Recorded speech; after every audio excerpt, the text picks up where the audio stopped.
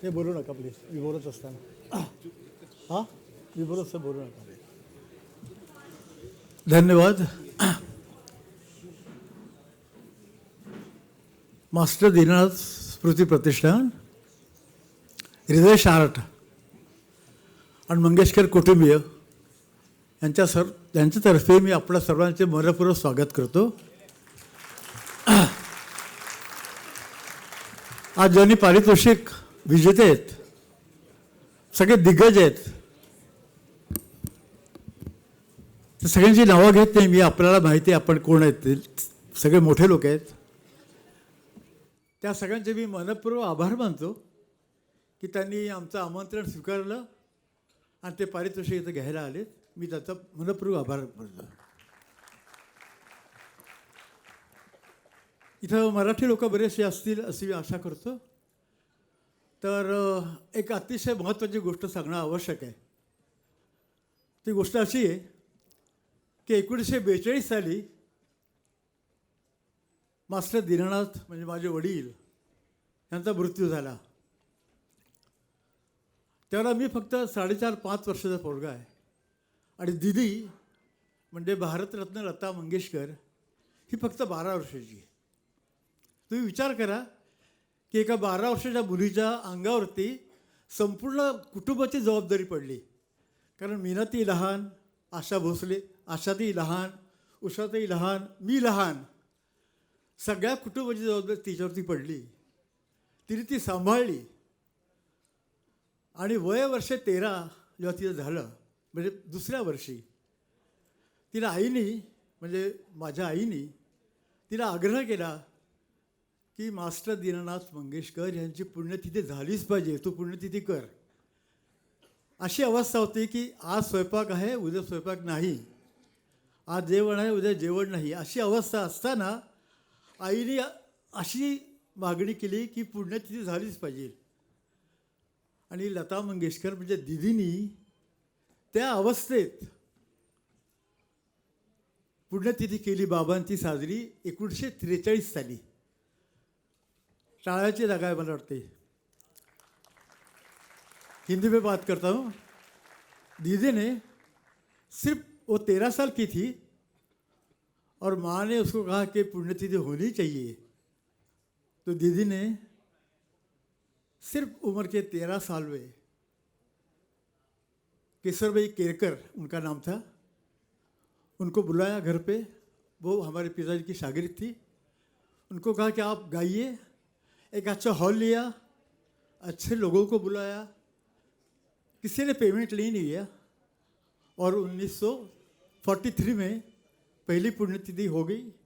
उसके बाद 40 साल तक दीदी पुण्यतिथि करती रही. दीदी मतलब लता मंगेशकर. उसके बाद उसने मुझे कहा कि हृदयनाथ, ये जिम्मेवारी तुम लो. तो 10-12 साल मैंने भी पुण्यतिथि बनाई. उसके बाद हम लोगों ने सबने एक तय किया कि एक आदमी या एक कुंबा पुण्यतिथि को बार बार इतने साल तक नहीं कर सकता. इसलिए हमने एक प्रतिष्ठान मतलब ट्रस्ट किया, पब्लिक ट्रस्ट रही. उसका नाम है मास्टर दीनानाथ स्मृति प्रतिष्ठान. और उसके माध्यम से हम लोग गए 30 साल से ये पुण्यतिथि बना रहे हैं. मुझे बहुत बड़ा आनंद है ये बात कहने के लिए कि अमिताभ बच्चन जी हमारे यहाँ 3 बार आ चुके हैं. बराबर.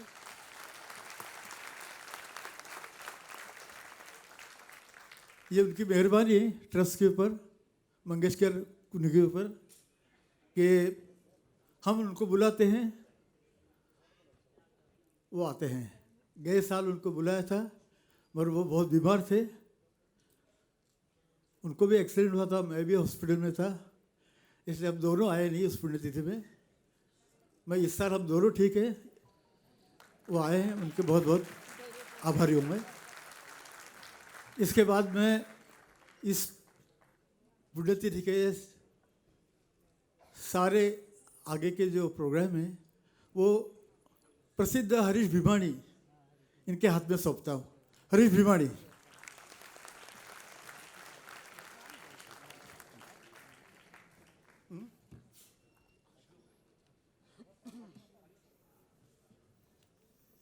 अच्छा, और हरीश जी ने मुझे कहा कि आज की अध्यक्ष थी आशाताई, आशा भोसले, मेरी बहन है बड़ी, हम आशाताई कहते हैं उसको.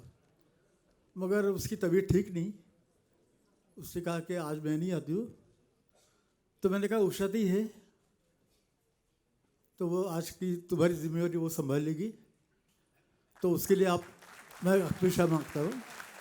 हरीश जी बात करेंगे.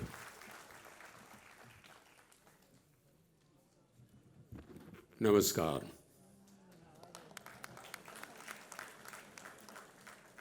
तसं मी पण मराठी बोलू शकतो, पण एवढं सुरेख नाही, कारण मराठी माझी मातृभाषा नाही, माझी सासूबाई भाषा है.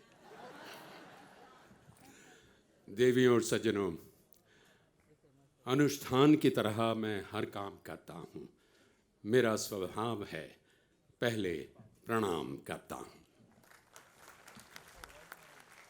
क्या आज का ये कार्यक्रम केवल मास्टर दीनानाथ मंगेशकर पुरस्कार वितरण समारोह ही है?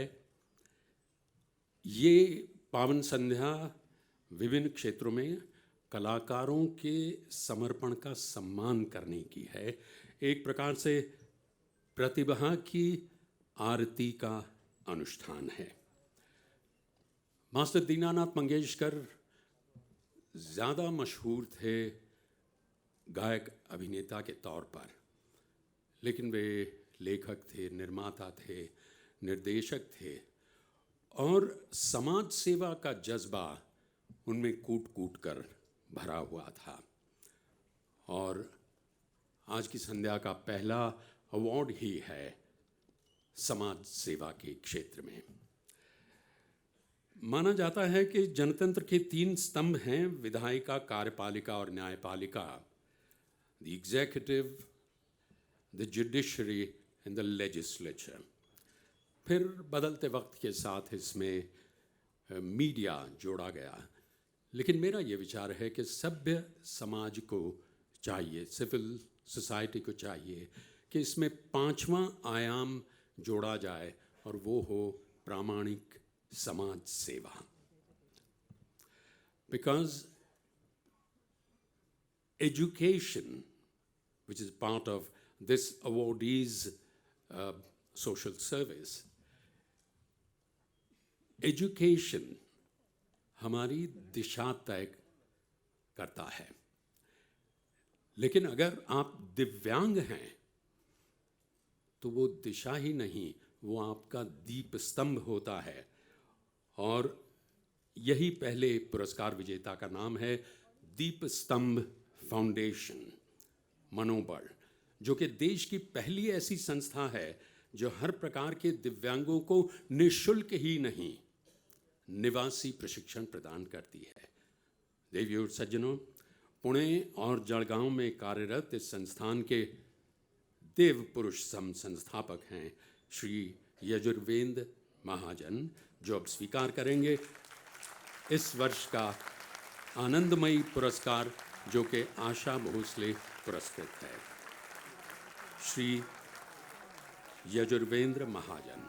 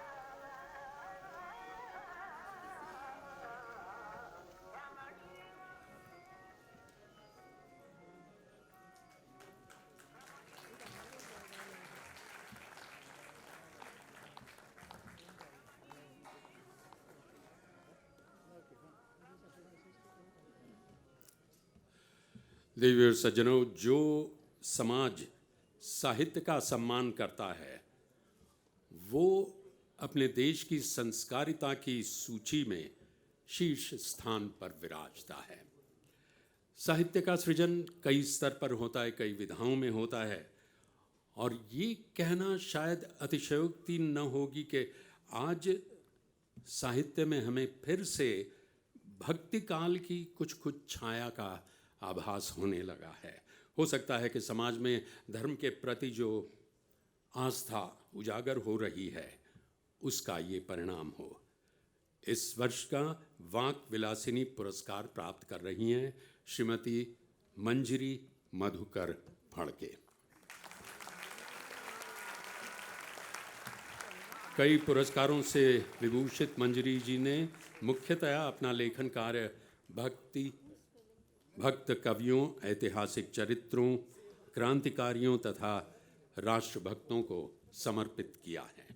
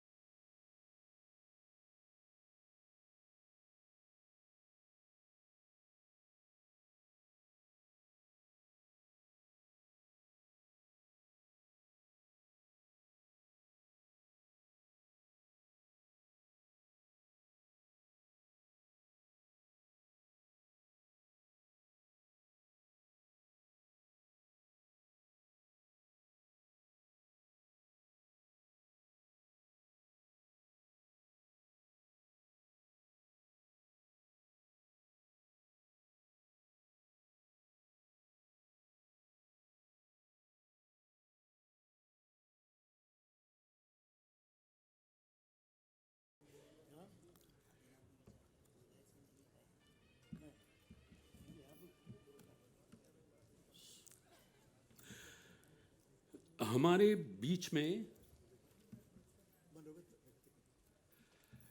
मंजरी जी अपना मनोगत संक्षेप में व्यक्त करेंगी।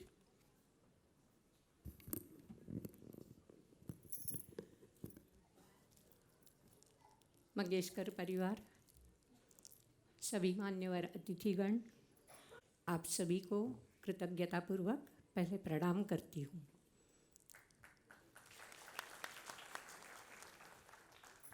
जो भी कुछ मिला है, जैसे हृदयनाथ जी ने अभी बोला, माता पिता से ही संस्कार मिलते हैं। जब भगवत गीता का अध्ययन और अध्यापन शुरू किया तो भगवत गीता में हमारा जीवन आधार जो पंचसूत्री छिपी है उसका पता चल गया। वो पंचसूत्री है, जीवन शुरू होता है संकल्प से। तो पहला सूत्र संकल्प है। संकल्प के बाद संकल्प अगर दृढ़ता से निभाना है तो उस पर संस्कार करने चाहिए। तो दूसरा सूत्र है संस्कार कैसे करें, ये गीता में लिखा है। फिर संस्कार होने पर तीसरा सूत्र है संस्कारित व्यक्ति समाज में कैसे बर्ताव करती है इसका पता चलना चाहिए ताकि कसौटी लग जाए। तो तीसरा सूत्र है समन्वय।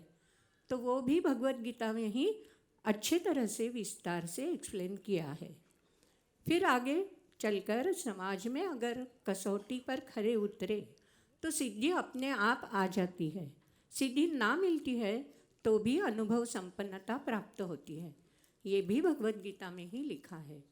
और सिद्धि प्राप्त होने पर या असिद्धि प्राप्त होने पर दोनों अगर हम समर्पित कर सकें तो जीवन अमूल्य बन जाता है। जैसे मंगेशकर परिवार का हुआ है, जैसे अमिताभ जी का हुआ है। कसौटी के प्रसंग आने के बाद ही व्यक्ति सिद्धि समर्पित यहाँ तक पहुँच सकती है। तो वही मैंने भगवत गीता से सीख ली है और उस पर आधारित मराठी में किताब अभी रामनवमी के दिन ही प्रकाशित की हुई है, श्री गुरुकुलम न्यास।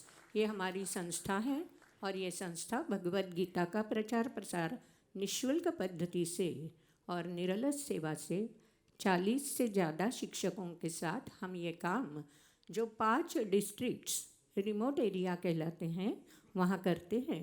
और अभी जो किताब मैंने इन सबको दी है वो अमृताचा घनु ऐसा नाम है उसका। जब से लता दीदी का गाना हम सुनते आए हैं अमृताचा घनु, तो यही नाम बस इस किताब के लिए अच्छा लगा और जचा, तो अमृताचा घनु नाम देकर ये किताब प्रसारित की हुई है। अभी थोड़े दिनों बाद ये हिंदी में, इंग्लिश में, और हमारी एक छात्रा है श्री गुरुकुलम न्यास की, वो जर्मन में भी इसका ट्रांसलेशन करने वाली है। और तो और पालघर डिस्ट्रिक्ट में विरार में हमारा काम चलता है, तो वहाँ एक 80 साल की बावकर ताई ही बोलते हैं हम, तो बावकर ताई ने ब्रेल लिपि में भी इसका ट्रांसलेशन शुरू कर दिया है ताकि उन लोगों तक भी ये किताब, ये गीता का संदेश पहुंचा सके। बस मुझे आपसे यही बताना था। आज हृदयनाथ जी ने परमिशन दे दी, इसलिए मैं बता सकी। आप सबका धन्यवाद। मंगेशकर परिवार प्रति कृतज्ञता। धन्यवाद।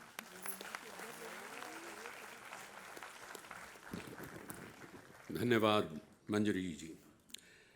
हमारे बीच में एक गायक हैं जिन्हें सुनते हुए भी, मानते हुए भी हम थोड़ा कम जानते हैं, जिन्होंने ध्रुपद धमार के संस्कार पाए तो तबला मृदंग का प्रशिक्षण लिया और गायन की विविध विधाओं में कीर्ति पाई, फिल्मी गीतों से लेकर लाइव गज़ल कॉन्सर्ट्स तक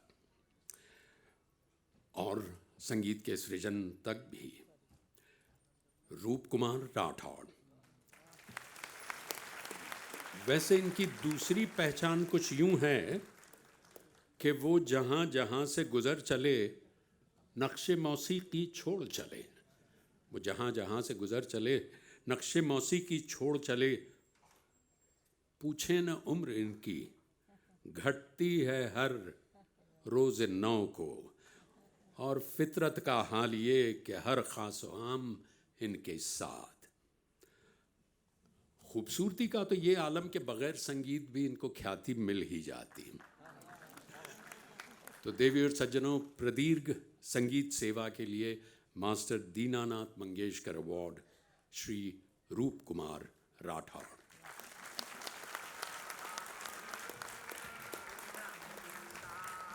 मेरा इनसे सुझाव है कि जब कभी वो ऑटोग्राफ अंग्रेजी में करें तो ज़्यादा समझ में आए, इसलिए मिस्टर हैंडसम लिख सकते हैं, क्योंकि वो रूप कुमार का अच्छा ट्रांसलेशन है।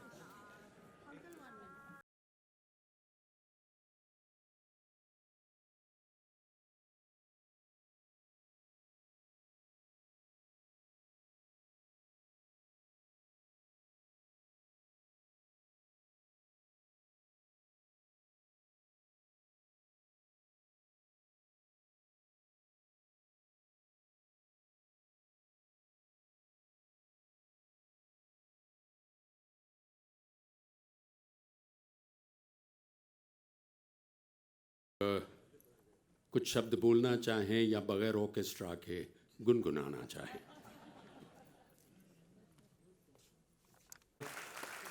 मल्हार वज्रेश्वरी, लेखक दिग्दर्शक चिन्मय मांडलेकर।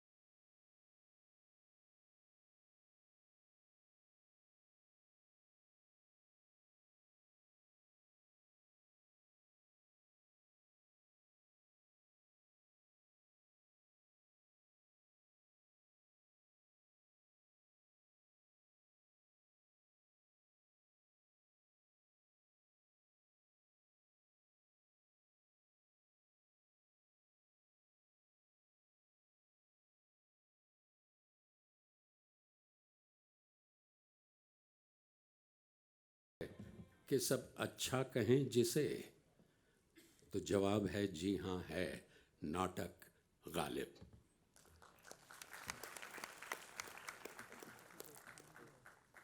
में काफ़ी प्रबुद्ध, काफ़ी उम्र में, कर्तृत्व में बड़े लोग बैठे हैं, उन सभी को प्रणाम। नाटक के लिए पुरस्कार मिलना बहुत बड़ी बात है, बहुत बड़ी उपलब्धि पूरे टीम की है। हमारे निर्माता, मतलब हमारे कई निर्माताओं में से एक दिलीप जाधव ये यहाँ बैठे हैं, उनका भी मैं तहे दिल से आभारी हूँ। बस एक ही कहूँगा, किसी भी भारत में जन्मे किसी भी बच्चे के डीएनए में, और ख़ास तौर से महाराष्ट्र में जन्मे किसी भी बच्चे के डीएनए में 3 नाम होते हैं। एक होता है मंगेशकर, एक होता है बच्चन, और चूंकि मैं महाराष्ट्र से हूं, तीसरा नाम होता है सराफ।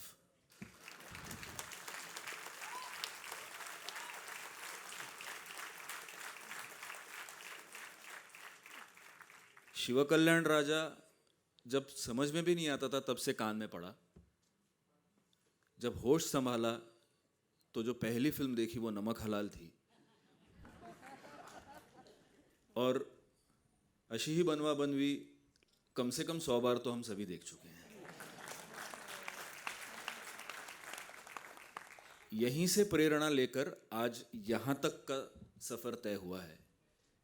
अगर कोई पूछता है कि तुम इस क्षेत्र में क्यों आए हो, तो कहीं ना कहीं इसके उत्तर में यही डीएनए में छिपे 3 नाम हैं, मंगेशकर, बच्चन और सराफ। धन्यवाद।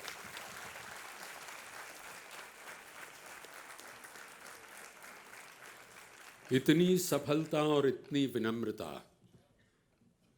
साथ साथ बहुत कम देखने को मिलती है। देवी और सज्जनों, हम एक पत्रकारिता संस्थान को जानते हैं जो अपने काम से शायद कबीरदास जी का ये दोहा सिद्ध कर रहे हैं कि निंदक नियरे राखिए आंगन कुटी छवाए, बिन पानी साबुन बिना निर्मल करे सुभाए। Keep your critic close to you because he is your greatest well-wisher. किसी भी जनतंत्र में सारा खेल पक्ष प्रतिपक्ष का होता है। प्रतिपक्ष जितना सशक्त, शासक पक्ष उतना ही सतर्क। लेकिन हम किस प्रतिपक्ष की बात कर रहे हैं? हम किसी पॉलिटिकल पार्टी, किसी राजनीतिक पक्ष की बात नहीं कर रहे हैं। तो कौन सा प्रतिपक्ष? जनता को बहकाने वाले, भुलावे में डालने वाले विचारों का प्रतिपक्ष, श्री भाऊ तोरसेकर जी का प्रतिपक्ष। उनके शब्द, उनका स्वर, उनका लहजा निर्भीक और बेबाक होता है, क्योंकि उनका लक्ष्य है सत्य को उजागर करना। अब अगर किसी को ये बताना पड़े कि भाऊ तोरसेकर जी कौन हैं, तो उन्हें ये भी बताना पड़ेगा कि यूट्यूब क्या है। एक ही वाक्य में यूट्यूब पर अपने मौलिक विचारों के वक्ता श्री गणेश वसंत तोरसेकर, प्रखर पत्रकार और इस वर्ष के मास्टर दीनानाथ मंगेशकर प्रदीर्घ पत्रकारिता पुरस्कार विजेता।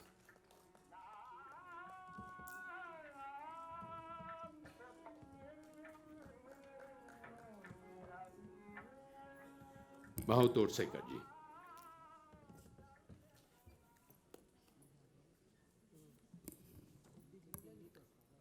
नमस्कार, मी भाऊ तोरसेकर। 4 साल से यहीं से शुरू होता हो और आपण बघतात प्रतिपक्ष। लेकिन आज मैं एक चांस मिला है, अमित जी यहाँ हैं तो उनके लिए आया हो, ऐसा मैं प्रामाणिकपणे बोलता हूँ। क्योंकि सामना से पहले शिवसेना का मुखपत्र हुआ करता था मार्मिक। मैं 4 साल मार्मिक का कार्यकारी संपादक रहा, तो बाला साहब से इंटरेक्शन होती थी। वही किस्सा बता के रोक जाऊँगा कि अमित जी वो बार बार जाते थे उनके यहाँ, बहुत सारे लोग उनके पैर छूते थे। आज भी यहाँ आप रोक रहे हो, तो मैंने उनके पैर कभी नहीं छुए थे। लेकिन एक दिन ऐसा था कि मैंने उनके पैर छुए, तो उनके दिमाग में था ये कभी पैर छूता नहीं। तो बोले आज क्या हो गया? मैंने कहा आप मेरे से 22 साल बड़े हैं, मेरे पिताजी जिंदा नहीं है और आज मेरा जन्मदिन है। तो उठकर खड़े हो गए, बोले फिर से पैर छूना, मुझे आशीर्वाद देना है। और आपको मालूम है वो कार्टूनिस्ट थे, व्यंग ठीक ढंग से पकड़ते थे। तो उस दिन कम से कम 25-30 मिनट वो पैर छूने के ही किस्से मुझे बताते रहे। और बताते बताते एक किस्सा ऐसा बताया उन्होंने कि जो आज आपको सुनाना है। बोले भाऊ, एक इंसान पैर छूता है तो बहुत गुस्सा आता है। मैंने बोला गुस्सा आने की क्या बात है? बोले नहीं, वो पैर छूने के लिए झुक जाता है तो भी हमसे ऊंचा होता है।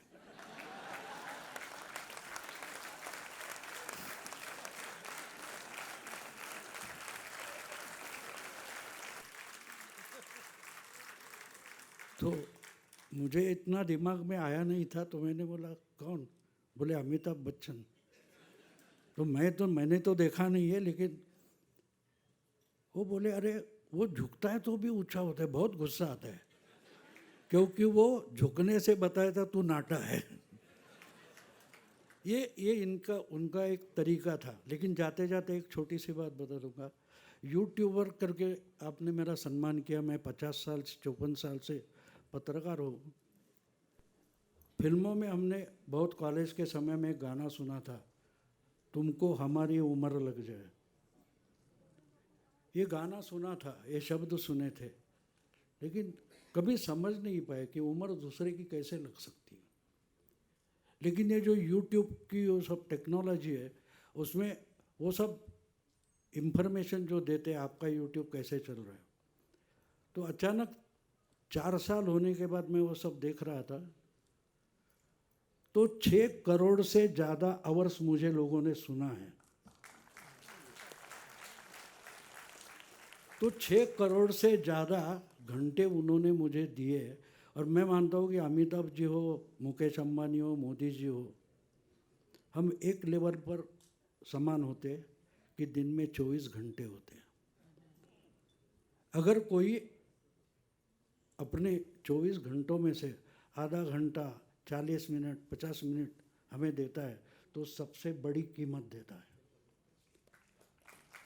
जब मैंने वो देखा और मैंने उसका मैथमेटिक्स देखा, तो 6 करोड़ का मतलब उसको डिवाइड करो बाय 24, उसको डिवाइड करो बाय 365, उसको डिवाइड करो 76 मेरी उम्र है। तो मेरी समझ में आया कि पिछले 4 साल में मैं 90 से ज़्यादा लाइफ जिया हूँ, उनकी उम्र मुझे मिल गई। गाना तो सुना था, लेकिन यहाँ इतने दिग्गज बैठे हैं कि हमने 90 ज़िंदगी की बात कर रहा हो, यहाँ तो 9,000 90,000 इनके लिए घंटे मिले हैं। ये 90,000 शायद 9 लाख जिए आप ज़िंदगी जिए हो, हम तो बिल्कुल छोटे हैं। लेकिन ये देखना ज़रूरी है कि लोगों ने हमें क्या दिया। तो अपने ज़िंदगी की सबसे अहम चीज़ हमको दे दी। बस दोस्तों, इतना ही बताना था। नमस्कार।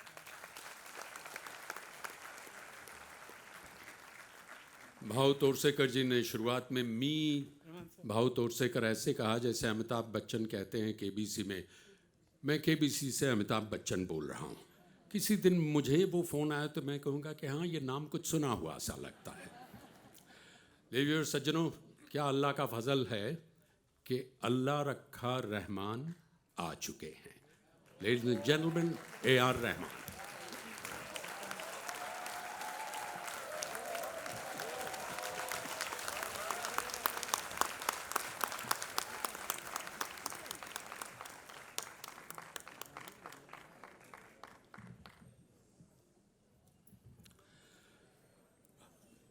आश्चर्य ये नहीं कि इन्हें एक और पुरस्कार मिल रहा है। आश्चर्य तो तब होता जो पद्मिनी कोल्हापुरी को बचपन से लेकर आज तक कई पुरस्कारों से नवाजा न गया होता। पर इसमें इनका कसूर नहीं है। जब प्रतिभा घुली हुई हो लहू में और इनहेरिटेड जीन्स में जाकर मिले खुद की टैलेंट, तो फिर चित्र विश्व को मिलता है एक अद्वितीय कलाकार।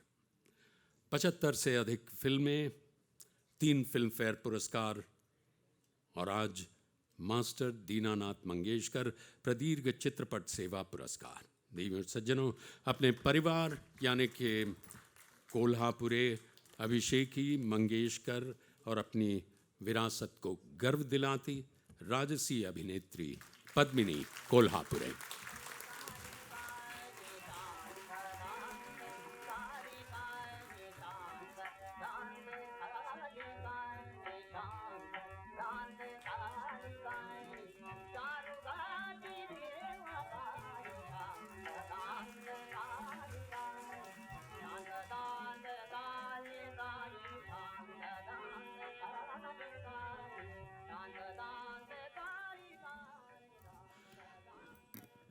आपके संबोधन से पूर्व A.R. रहमान जी का फूलों से स्वागत करें।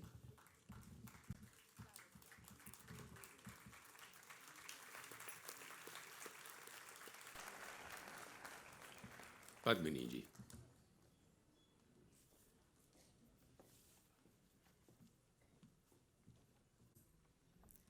नमस्कार। मंच पर उपस्थित सभी को मैं नमन करना चाहती हूँ। तुम्हा सर्वांना माझा नमस्कार। समजत नाही मराठीत बोलू का हिंदीत बोलू, पण हिंदीतच बोलेन।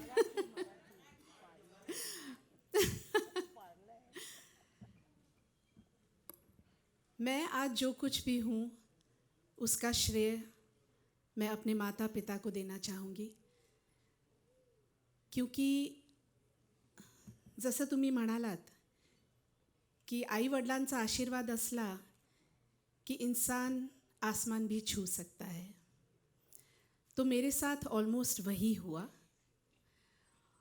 और मंगेशकर परिवार की एक श्रीमती आशा भोसले आज मैं जो कुछ भी हूँ उनकी बदौलत हूँ। वो मुझे इस इंडस्ट्री में लेकर आई। और एक और बात मैं आप सबसे कहना चाहूँगी कि 10 साल पहले मेरे पिताजी पंडित पंढरीनाथ कोल्हापुरे को भी दीनानाथ मंगेशकर पुरस्कार से नवाजा गया, उनके गायन के योगदान से की वजह से। तो आज मेरे लिए ये पुरस्कार बहुत ही महत्वपूर्ण है, क्योंकि मेरे पिताजी को भी मिला, इस साल मुझे मिल रहा है और ये मेरे परिवार का पुरस्कार है। तो मी खूपच विनम्रतेने हा पुरस्कार स्वीकारते। तुम्हा सर्वांचा खूप खूप धन्यवाद। आज मैं जो कुछ भी हूँ आपके आशीर्वाद और प्यार की वजह से हूँ। बहुत बहुत धन्यवाद, खूप खूप धन्यवाद हृदयनाथ काका, तुम्ही आज मला हा पुरस्कार दिल्याबद्दल। भारती मामी, मीना आत्या, आशा आत्या, उषा आत्या, खूप खूप धन्यवाद। जय हिंद, जय महाराष्ट्र।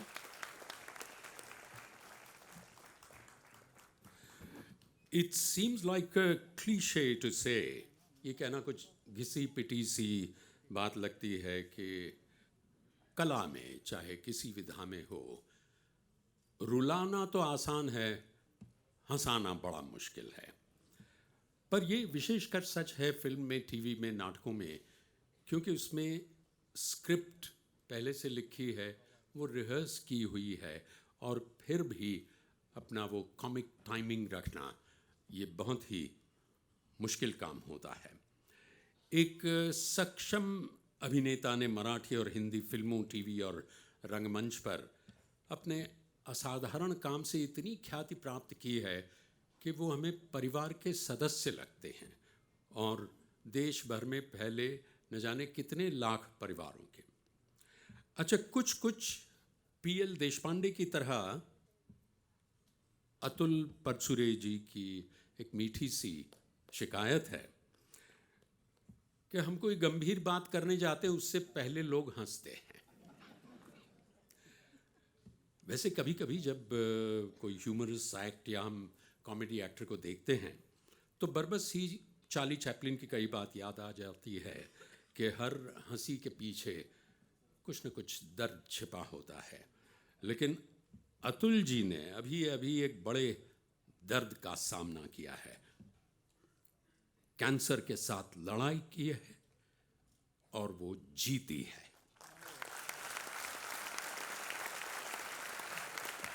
अब वो कह रहे हैं मास्टर दीनानाथ पुरस्कार फिल्म, टीवी, रंगमंच अभिनेता श्री अतुल परचुरे को।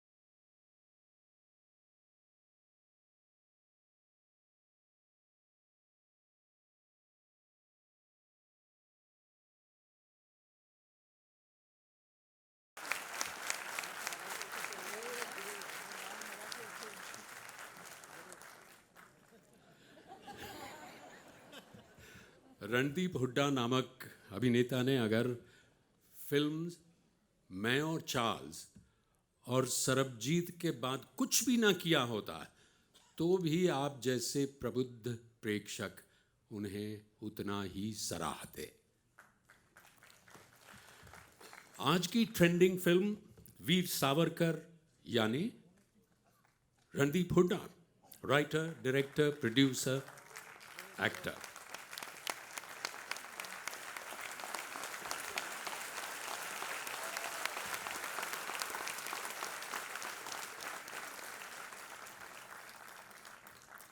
ये कहा जा सकता है कि ये फिल्म उनके विशाल कार्य की एक परिणति है, culmination of his vast body of work. इस बॉडी ऑफ वर्क से याद आया, रणदीप हुड्डा को कुछ समय पहले IMDb ने एक लिस्ट में रखा था 20 sexiest men of the world.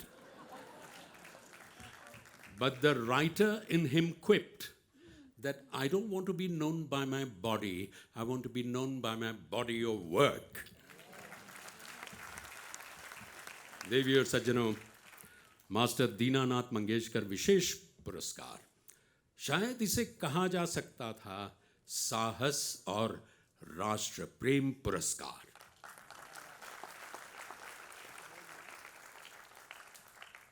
अभिनेता, लेखक, निर्माता, निर्देशक Shri Randeep Hooda.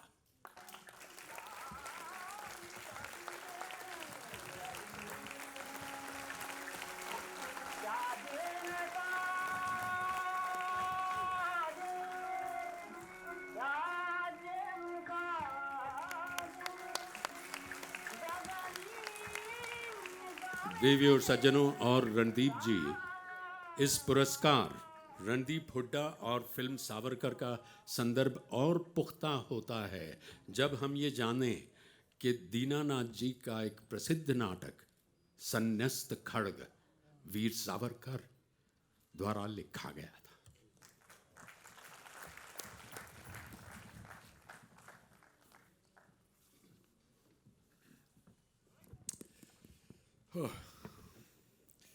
Thank you for the praise, which was a bit hard to swallow. I'm a bit jittery, but thank you very much. This is very special for me because I, not only Mr. Savarkar as a national figure, but also because he had very close relationships with the Mangeshkar family, and Mr.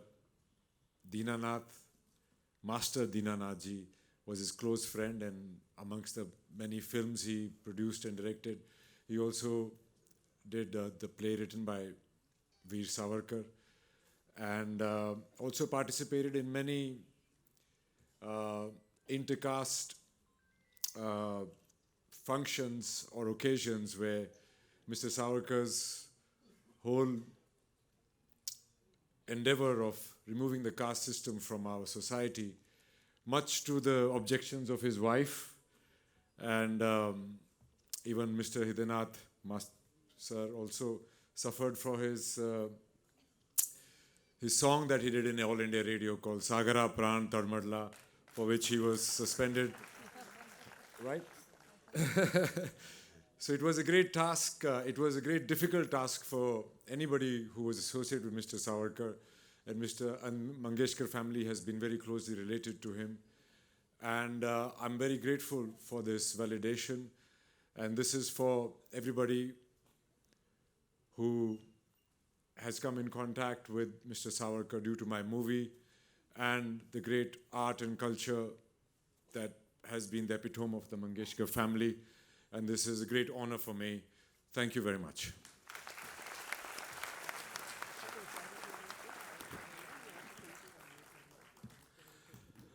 देवी और सज्जनों, मराठी हिंदी मनोरंजन जगत के शीर्षस्थ अभिनेताओं में से एक वो हैं जिनके साथ सह अभिनय करना, को एक्टिंग, उनके साथ काम करना जितना आसान है उतना ही मुश्किल है।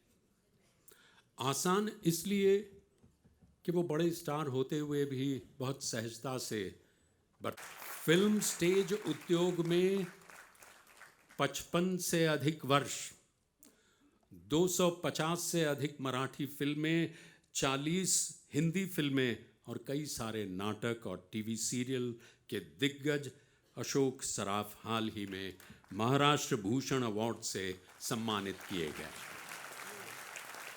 और अब मास्टर दीनानाथ मंगेशकर पुरस्कार प्रदीर्घ नाट्य चित्रपट सेवा के लिए श्री अशोक सराफ।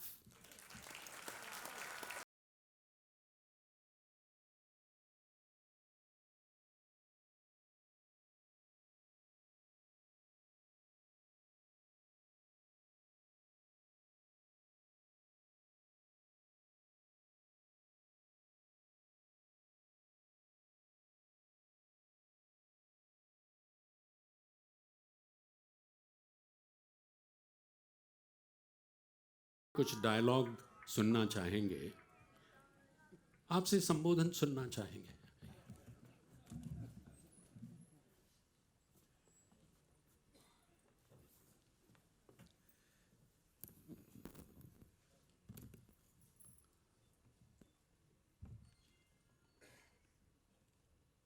सुरू करायची आधी भीती वाटते थोडीशी। नमस्कार। इतक्या आनंदाने आणि प्रेमाने तुम्ही इकडे जमला त्याबद्दल मी तुम्हा सर्वांचे आभार मानतो। स्टेजवरचे म्हणजे आपण काही कुठल्या गोष्टी बोलू वर्णनच करू शकत नाही, जसे थोर कलावंत बसलेले आहेत, यांच्या लाईनीत मीही बसलेलो आहे। हा माझ्या दृष्टीने एक मोठा सन्मान आहे, मोठा असं मला वाटतं।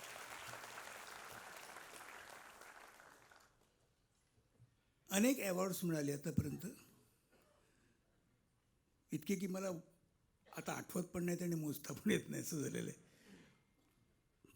पण आजचं हे अवॉर्ड हे माझ्यासाठी फारच महत्त्वाचं आहे आणि फारच आनंदाचं असं म्हणजे आनंदाची म्हणजे परिसीमा झालेली आहे असं मला वाटतं। मी एक कलाकार आहे आणि एका असामान्य कलाकाराच्या नावानं मिळालं, एका असामान्य गायक कलाकाराच्या नावाने मास्टर दीनानाथ मंगेशकर यांच्या नावानं मिळालेलं मला हे अवॉर्ड एका असामान्य परिवाराकडून, मंगेशकर परिवाराकडून मिळतंय आणि एका मोठ्या असामान्य नटाच्या उपस्थितीत मिळत आहे। हे सगळ्यात मोठी गोष्ट आहे माझ्यासाठी आणि हे मी कधीही विसरू शकणार नाही आणि हे माझ्यासाठी नेहमीच लक्षात ठेवण्यासारखी गोष्ट राहील. हा माझा सन्मान आहे असं जरी वरवर वाटलं तरी हा माझा नाही आहे सन्मान, हा सगळा तुम्हा लोकांचा सन्मान आहे.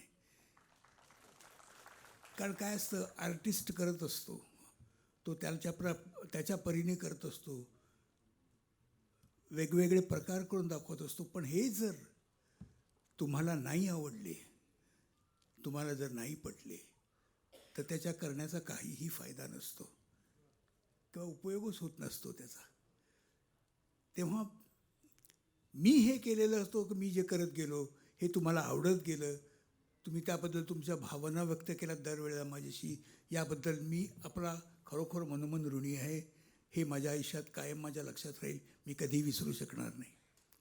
आज मी माननीय हृदयनाथजी मंगेशकर आणि त्यांच्या परिवाराचे मी आभार मानतो की त्यांनी मला या ॲवॉर्ड लायक समजलं.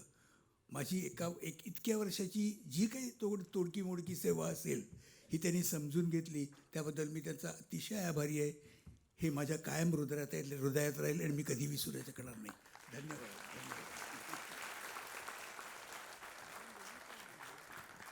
देवी और सज्जनों, इस अंतर्मुखी मितभाषी अभिनेता की जिंदगी कितनी दिलचस्प है, कितनी रोचक है,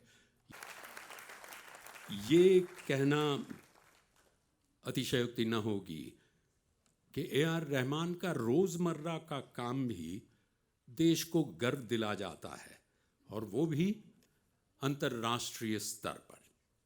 देखिए, आप एक अकेले भारतीय हैं जिन्होंने 2 Oscar awards, 1 BAFTA, 2 Grammy awards, 6 national awards और 15 और 17 32 होते हैं ना फिल्म फेयर अवार्ड्स. आप सब ठीक से गिन रहे हैं ना? एंड में इसका टोटल पूछा जाएगा. आपको पद्म भूषण से भी नवाजा गया है. लेकिन सोने पर सुहागा ये कि इतनी विनम्रता कि इन असाधारण पुरस्कारों की झलक भी नहीं दिखती. He might be internationally the most decorated Indian artist, but his self-effacing demeanor and his humility are disarming. Ladies and gentlemen, the Dinanath Mangeshkar Pradirgh Sangeet Seva Puraskar to Padma Bhushan A.R. Rahman.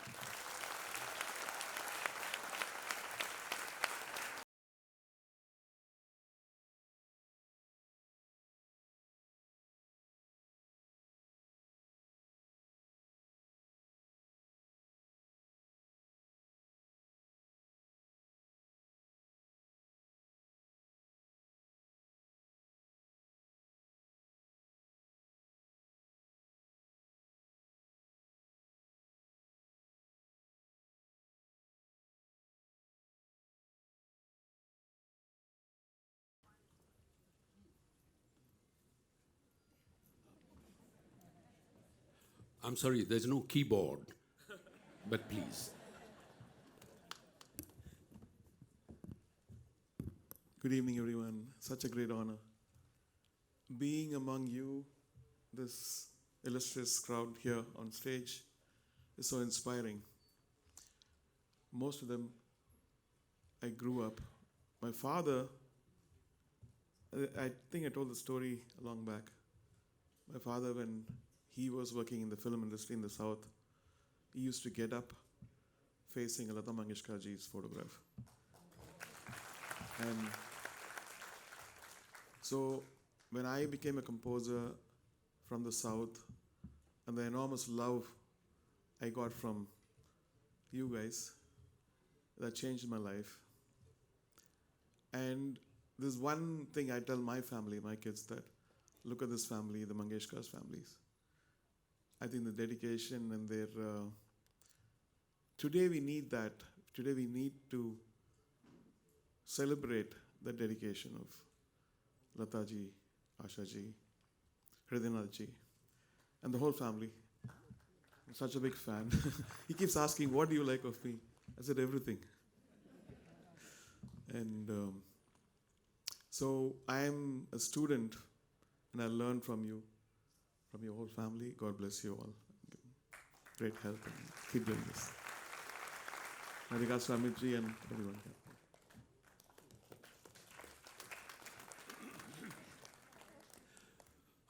Before we proceed, I see amongst you a very handsome and successful actor sitting, one of my favorite actors. I'd like to invite him on stage for a simple floral felicitation. Mr. Abhishek Bachchan.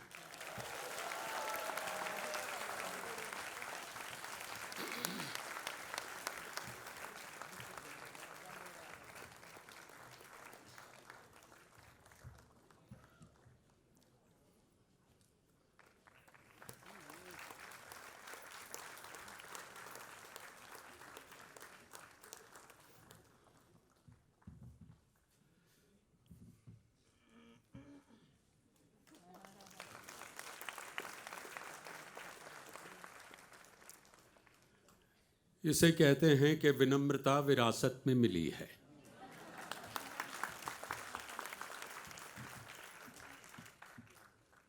And now, ladies and gentlemen, the award of awards, the लता दीनानाथ मंगेशकर। तरह ये पुरस्कार उस व्यक्ति के लिए है जिसने अपने कार्य से अपने व्यवसाय में उच्च मानक स्थापित किए हैं, सेट हायर स्टैंडर्ड्स, रुचि का स्तर ऊंचा किया है और समाज और देश को गर्व दिलाया है।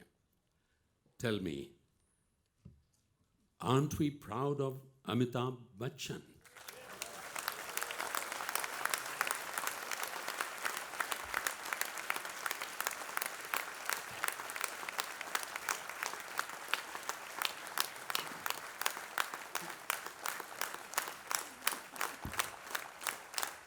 नहीं मानते।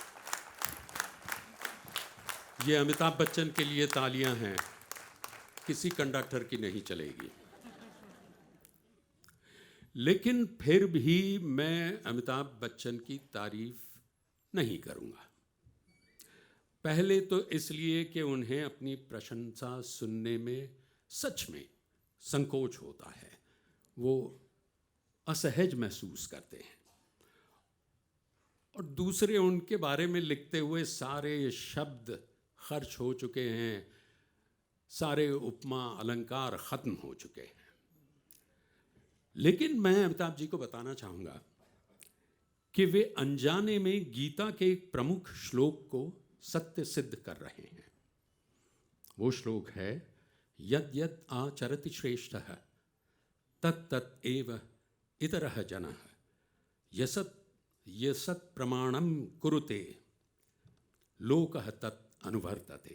अर्थात श्रेष्ठ पुरुष के पग पग पर चलने का प्रयास साधारण मनुष्य करता है, और जो मानक श्रेष्ठ पुरुष स्थापित करते हैं, लोग वहां तक पहुंचने का प्रयत्न भर करते हैं। उनके और गुणों को तो कहां से हम गिनाएं। एक ही की बात कीजिए, जब से इन्होंने फिल्म उद्योग में अपने आप को स्थापित किया, हिंदी फिल्म उद्योग की घड़ियां सही चलने लगी। देवी और सज्जनों, लता दीनानाथ मंगेशकर पुरस्कार श्री अमिताभ बच्चन।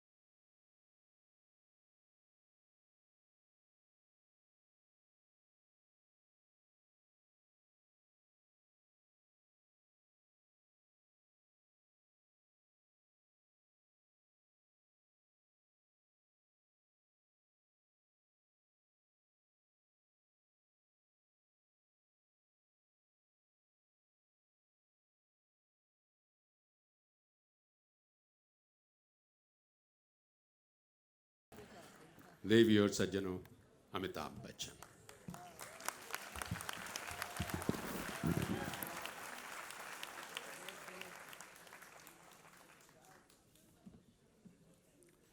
मंच पर उपस्थित सभी महानुभाव, हृदयनाथ जी, उषा जी, मंगेशकर परिवार के सभी सदस्य और प्रिय देवी और सज्जनों, आप सबको मेरा प्रणाम।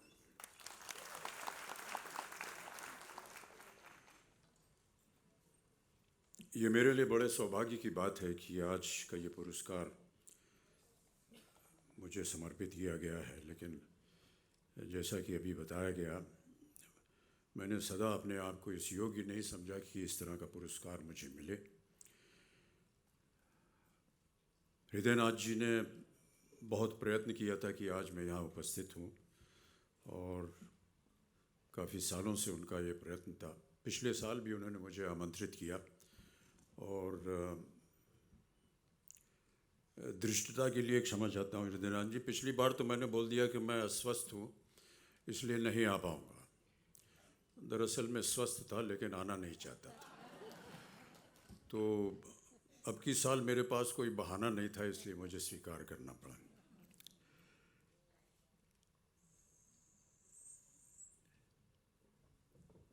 कुछ बातें जो है मैं आपके साथ हिंदी में कर रहा हूँ।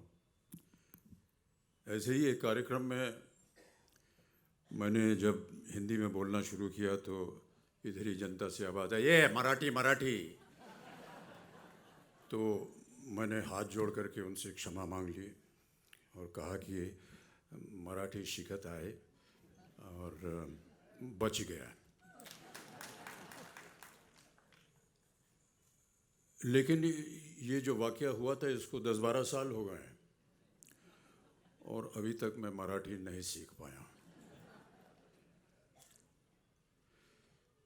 पहले समय नहीं मिलता था, अब वृद्धावस्था में थोड़ा सा समय मिल रहा है, इसलिए मैं प्रयत्नशील हूँ कि मराठी सीखूं।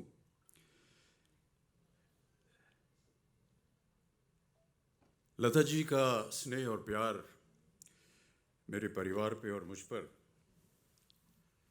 हमेशा रहा है, और हमें जितना आदर सम्मान उन्होंने दिया है उसका मैं वर्णन नहीं कर सकता हूँ।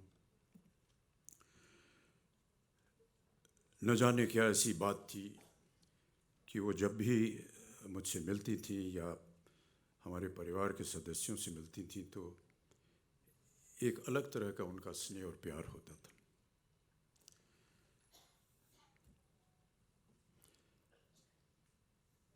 आपने देखा होगा कि पिछले वर्षों में कुछ हमारे जितने फिल्म जगत के कलाकार हैं वो विदेश जाते हैं मंच पर कार्यक्रम करने। उनका गीत होता है, गायन होता है, नृत्य होता है।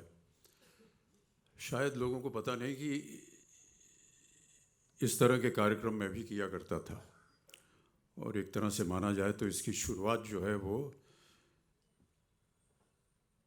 मुझे लता जी की देन मिली थी कि इसकी शुरुआत की जाए। ये शायद बहुत से लोगों को पता नहीं, 1981 की बात है। मैं न्यूयॉर्क में था और हमारे एक मित्र आए, कहा कि लता जी न्यूयॉर्क में हैं और वो आपसे मिलना चाहती हैं। तो मैं लता जी से मिलने गया। उन्होंने कहा, अमिताभ जी, मेरा यहाँ मंच पर एक कार्यक्रम है मैडिसन स्क्वायर गार्डन, जो कि बहुत ही विख्यात अमेरिका का एक स्टेडियम है। वहाँ पर एक हॉल है फेल्ट फोरम, जहाँ पर उनका कार्यक्रम होना था। उन्होंने कहा, यहाँ मैं चाहती हूँ कि आप 2 मिनट आकर के मेरी एक प्रस्तुति कर दें। लता जी का प्रस्तुति करना ये मेरे लिए समझ में नहीं आया है कैसे कह रही हैं, लेकिन क्योंकि वो लता मंगेशकर हैं इसलिए मैंने उनकी बात मान ली और मैंने कहा ठीक है लता जी, मैं आ जाऊँगा। जाने लगा तो फिर उन्होंने कहा, अमिताभ जी सुनिए, हमने सुना है कि अभी आपने अपनी एक फिल्म में गाना गाया है। अरे मैंने कहा, नहीं लता जी, वो देखिए वो हल्का फुल्का वो शादी ब्याह में नोक झोंक होती रहती है, उस तरह का एक गाना था। हमारे निर्देशक ने हमको होली के दिन सुना और उन्होंने कहा कि इसको फिल्म में डालना है, तो वो उन्होंने डाल दिया। फिल्म का नाम था लावारिस, गाना था मेरे अंगने में। अब हमारी हालत बहुत ख़राब हो गई क्योंकि हमने पहले कभी ऐसा किया नहीं था। लता जी ने आग्रह किया तो हम गए और बड़ी कठिनाई से हमने किसी तरह वो गाना वहाँ गा दिया। जनता में कुछ लोग जो थे वो ताली वाली बजा दिए, कुछ लोग खड़े होकर के नाचने लगे। जो हमारे मित्र थे उन्होंने ये देखा, उन्होंने कहा भाई साहब अब हर साल आपका कार्यक्रम होगा अलग अलग देशों विदेशों में, और इस तरह ये कार्यक्रम शुरू हुआ। ये 80 के दशक की बात है, तो इसका श्रेय जो है ये लता जी को जाता है। तत्पश्चात लता जी के साथ मंच पर उपस्थित होने का सौभाग्य में कई बार मिला और कई बार उनके साथ एक परफॉर्मेंस भी था, वो भी किया। लता जी के बारे में कई बार हम लोग सोचते हैं क्या है, और एक बार मैंने अपने पूज्य बाबूजी से पूछा कि लता मंगेशकर के बारे में आप कुछ बताइए। उन्होंने केवल एक शब्द कहा, शहद की धार। मिठास उनके गायन में शहद की तरह, और क्योंकि शहद की जो लय है वो कभी टूटती नहीं, इसलिए उनका स्वर जो है वो कभी टूटता नहीं। ये हैं लता मंगेशकर। मेरा हमेशा ऐसा मानना रहा है कि जब भी सही सुर लगता है तो हमारी आत्मा जो है वो परमात्मा से जुड़ जाती है। ये जो डोर है जो हमारी आत्माओं को परमात्मा के साथ जोड़ती है, ये है लता मंगेशकर जी का स्वर। जितनी बार उनके सुर को आप सुनेंगे तो आपको लगेगा कि उन्होंने आपकी आत्मा को परमात्मा से जोड़ दिया, एक ऐसी डोर से जो सदा झंकृत होती रहती। इस उपलक्ष्य में मुझे लगा कि मुझे उनके बारे में थोड़ी सी कुछ और बातें कहनी चाहिए। तो हमारे एक मित्र हैं, उनसे मैंने कहा कि भाई साहब ऐसा कार्यक्रम है, हमको कुछ बोलना पड़ेगा, तो हम लोग मिल करके कुछ लिख सकते हैं क्या? तो उन्होंने और हमने मिल करके एक छोटी सी चंद शब्द लिखे हैं। अगर आपकी आज्ञा हो तो उसको मैं पढ़ के सुनाना चाहूँगा।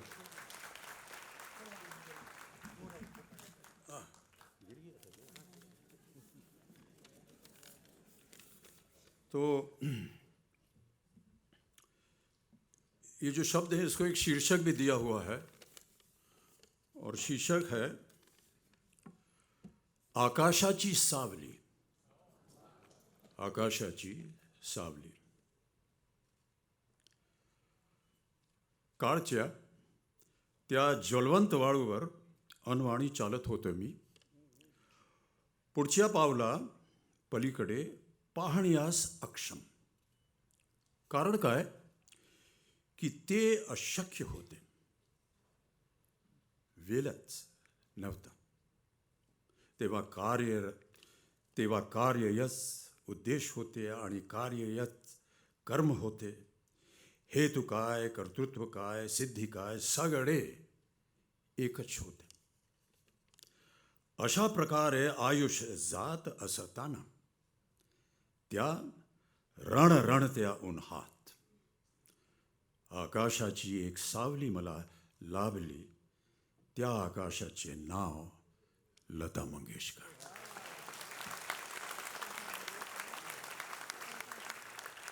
माझ्याकरिता लता दीदीचे स्वर हा संगीताचा परिचय होता, हीच संगीताची परिभाषा होती, हीच संगीताची व्याख्या होती। लता दीदी म्हणजेच संगीत, आणि संगीत म्हणजेच लता दीदी। माझ्याकरिता समानार्थी शब्द आहेत दोन्ही। बहुत बहुत धन्यवाद। आशाची सावली। हम मानते हैं कि आकाश जो है उसे हम ब्रह्मा कहते हैं, और ब्रह्मा के बगल में माँ सरस्वती जो हैं वो विराजमान हैं। साक्षात सरस्वती का रूप लता मंगेशकर जी हमारे समक्ष थी, तो वो ब्रह्मा के बगल में बैठी हैं, विराजमान हैं, ब्रह्म के साया में बैठी हैं। यहीं से बना आकाशाची सावली। बहुत बहुत धन्यवाद।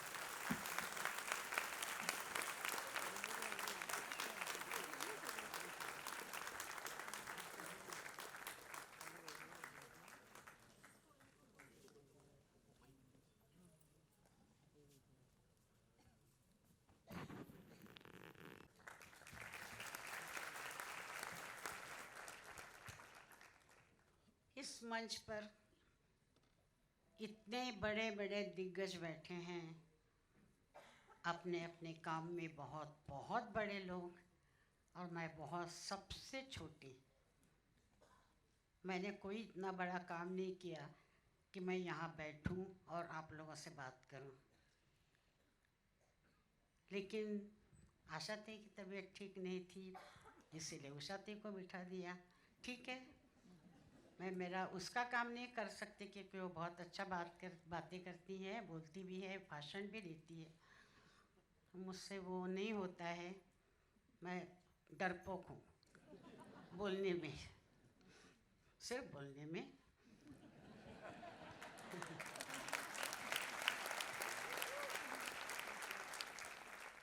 लेकिन आज का जो समारोह हो रहा है, हुआ है, बहुत ही अच्छा है। मुझे बहुत अच्छा लगा, दिल को छूने वाला लगा। और ख़ास करके अमिताभ जी, जिनको मेरे हाथ से एक पारितोषिक दिया गया, लाइफ टाइम अचीवमेंट दिया गया।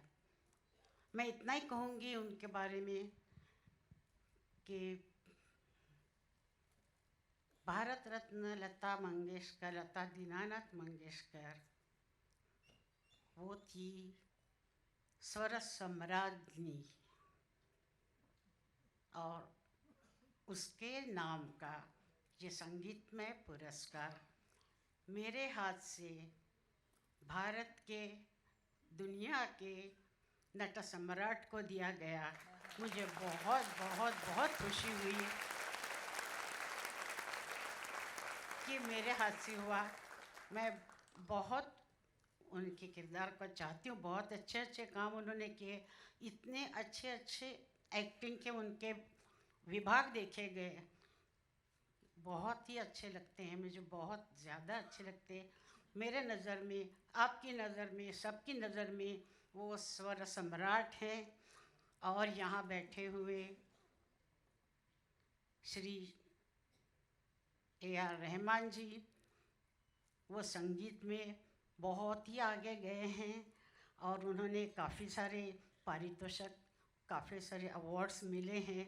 उनका मैं बहुत बहुत अभिनंदन करती हूँ, क्योंकि मुझे मालूम नहीं था कि उनको इतने अवार्ड मिले हैं।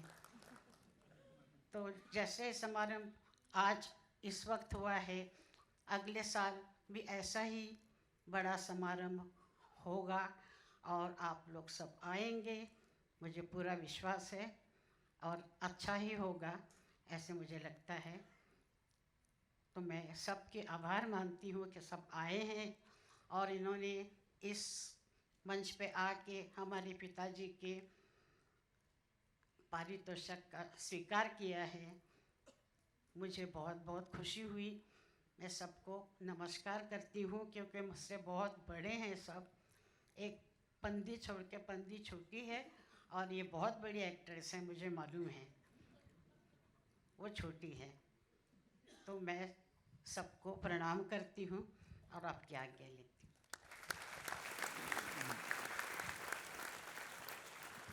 Ladies and gentlemen, on behalf of Master Dinanath Mangeshkar Pratishthan and Music Moods, we express our gratefulness to all the distinguished awardees for their valuable presence, Vibhavari Apte and musicians, Master Dinanath Mangeshkar Natyagriha Administration, Mr. Pawar and the administrative officer, Mrs. Pragna Haran Khedkar for the stage backdrop and printing all the publicity material, Mrs. Buva, Vishwa Mohini Lata Didi. Namaskar.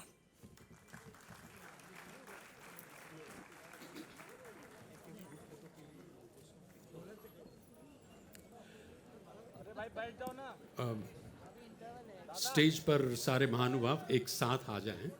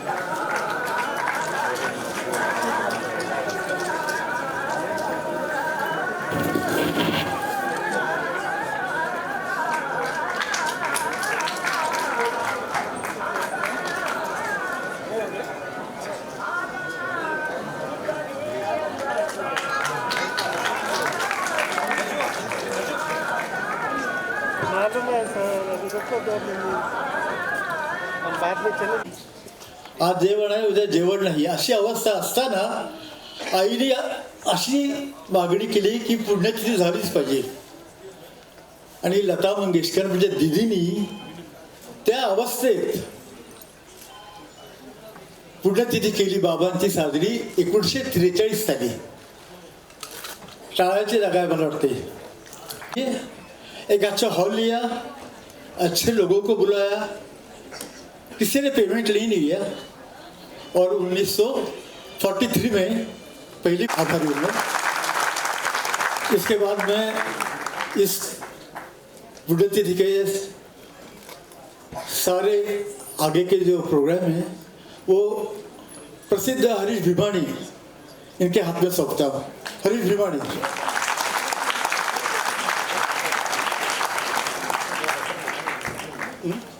यहाँ तो 9,000 90,000 इनके लिए घंटे मिले हैं. ये 90,000 शायद 9.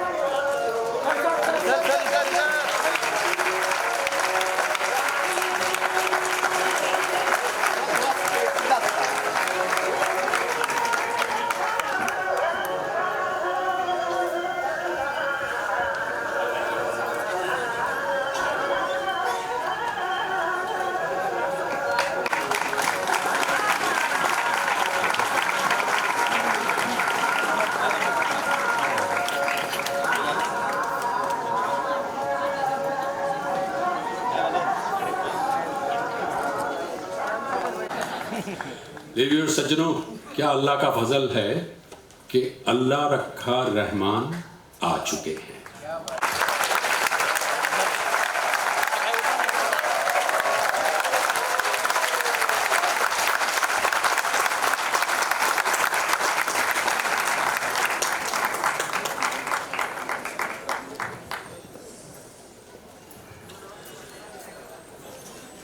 आश्चर्य ये नहीं कि इन्हें एक और पुरस्कार मिल रहा है. आश्चर्य तो तब होता जो पद्मिनी कोल्हापुरी को बचपन से ले वो मुझे इस इंडस्ट्री में लेकर आई. और एक और बात मैं आप सबसे कहना चाहूँगी कि 10 साल पहले मेरे पिताजी पंडित पंढरीनाथ. ये फिल्म उनके विशाल कार्य की एक परिणति है, culmination of his be known by my body. I want to be known by my body of work. देवी और सज्जनों, मास्टर दीनानाथ मंगेशकर विशेष पुरस्कार। शायद इसे कहा जा सकता था साहस और राष्ट्र प्रेम पुरस्कार।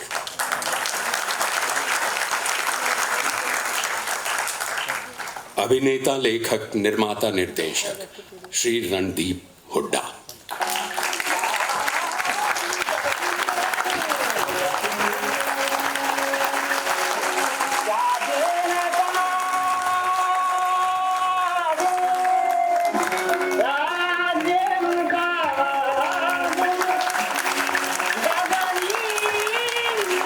देवी और सज्जनों, और रणदीप जी, इस पुरस्कार रणदीप हुड्डा और फिल्म सावरकर का संदर्भ और पुख्ता होता है जब हम ये जाने,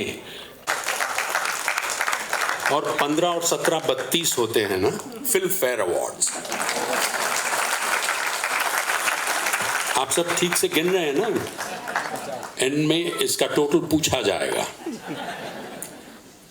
आपको पद्म भूषण से भी नवाजा गया है।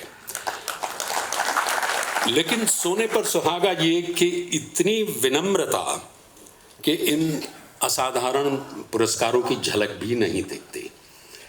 He might be internationally the most decorated Indian artist.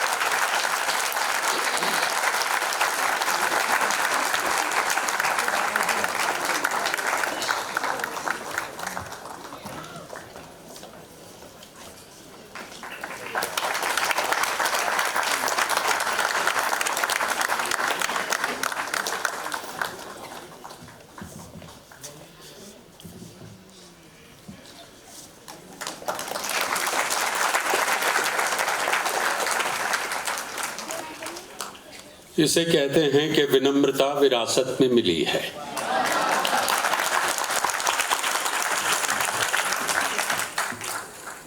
And now, ladies and gentlemen, the award of awards.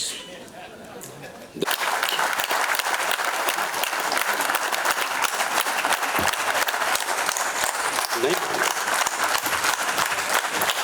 ये अमिताभ बच्चन के लिए तालियां हैं, किसी कंडक्टर की नहीं चलेगी। लेकिन फिर भी मैं अमिताभ बच्चन की तारीफ नहीं करूंगा। पहले तो इसलिए कि